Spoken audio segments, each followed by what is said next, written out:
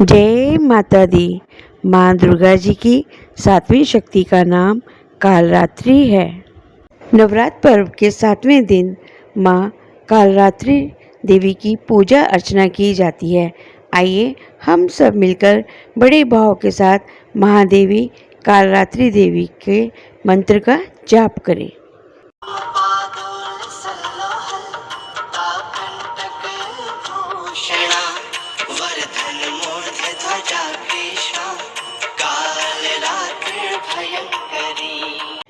सप्तम अध्याय पढ़ने से पहले दुर्गा सप्तशती के आइए हम कुछ खास बातें जान लेते हैं। नवरात्रि के 7वें दिन माँ दुर्गा के 7वें स्वरूप कालरात्रि की पूजा की जाती है। शक्ति का ये रूप शत्रु और दुष्टों का संहार करने वाला है। कालरात्रि को गुड़ या गुड़ से बनी चीज़ों का भोग लगाया जाता है। नवरात्रि के 7वें दिन माँ दुर्गा के 7वें स्वरूप कालरात्रि की पूजा का विधान है। नवरात्रि में सप्तमी तिथि का विशेष महत्व बताया गया है। माँ कालरात्रि ने असुरों का वध करने के लिए ये रूप लिया था। शक्ति का ये रूप शत्रु और दुष्टों का संहार करने वाला है। मान्यता है कि माँ कालरात्रि ही वह देवी है जिन्होंने मधुकैटभ जैसे असुर का वध किया था।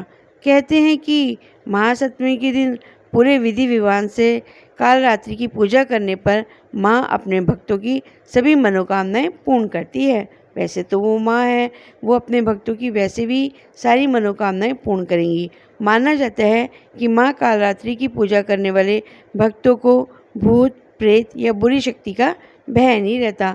माँ कालरात्रि का स्वरूप देखने में बहुत भयंकर है, लेकिन माँ कालरात्रि अपने भक्तों को बहुत प्यार करती है। तो चलिए दुर्गा सप्तशती के 7वें अध्याय का अध्ययन करते हैं। चंडमूड नामक महाबली सेना अध्यक्षों के वध का वर्णन।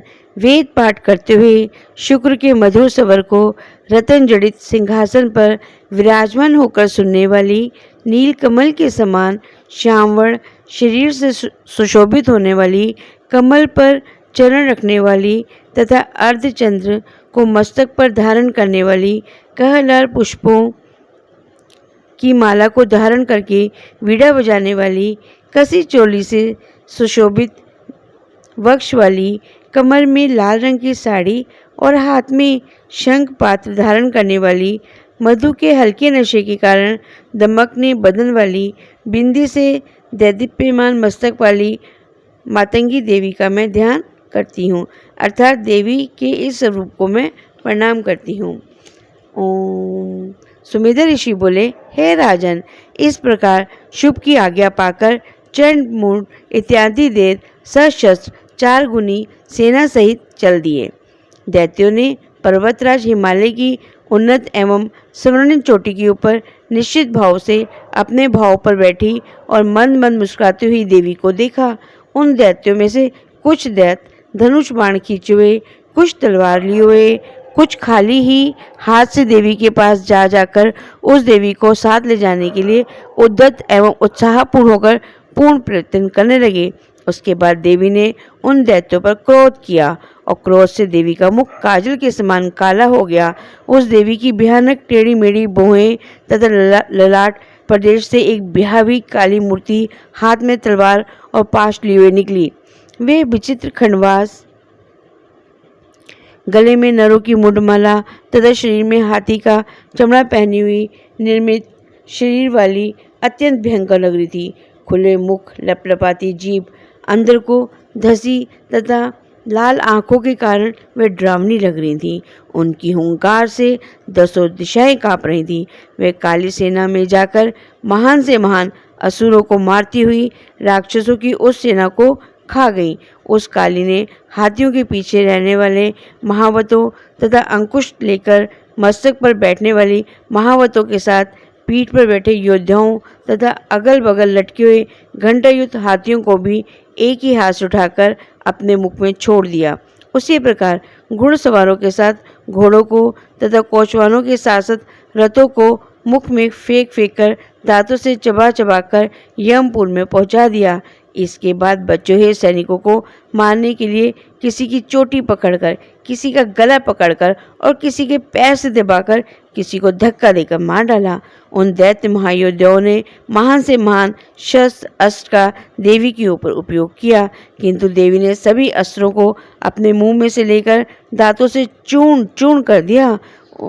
उसने विशालकाय बलि असुरों के सैनिकों में से कुछ को चूर्ण चूर्ण कर दिया, कुछ को खा गई, कुछ को मार मार कर पृथ्वी पर गिरा दिया। देवी के द्वारा कुछ असुर तलवार से मृत्यु की घाट उतार दिए गए, कुछ खड्वाक द्वारा मृत्यु को प्राप्त हुए तथा कुछ दांतों के धक्के से नष्ट हो गए। जब चंड ने ये देखा कि जल्दी ही उसके सभी सैनिक देवी के हाथों मार डाले गए, तो वह क्रोधावश में देवी की ओर दौड़ा। दौड़ते हुए चंड ने बाणों की वर्षा की और मुंड ने हजारों चक्रों को फेंक फेंक कर उस भयंकर नेत्र वाली देवी को ढक दिया। तब अनेक चक्रों के चुपते समय देवी का मुख इस प्रकार शोभा युक्त हुआ जैसे काले मेघ में से सूर्य की अनेक किरणें निकलती हैं। उसके बाद भयावनी मूर्ति तथा भयंकर दांतों वाली अति भयंकर गर्जा करने वाली महाकाली देवी ने अत्यंत क्रोध से भयंकर अट्टहास किया। देवी अपने सिंह पर सवार होकर चंड की तरफ क्रोधित होकर दौड़ पड़ी।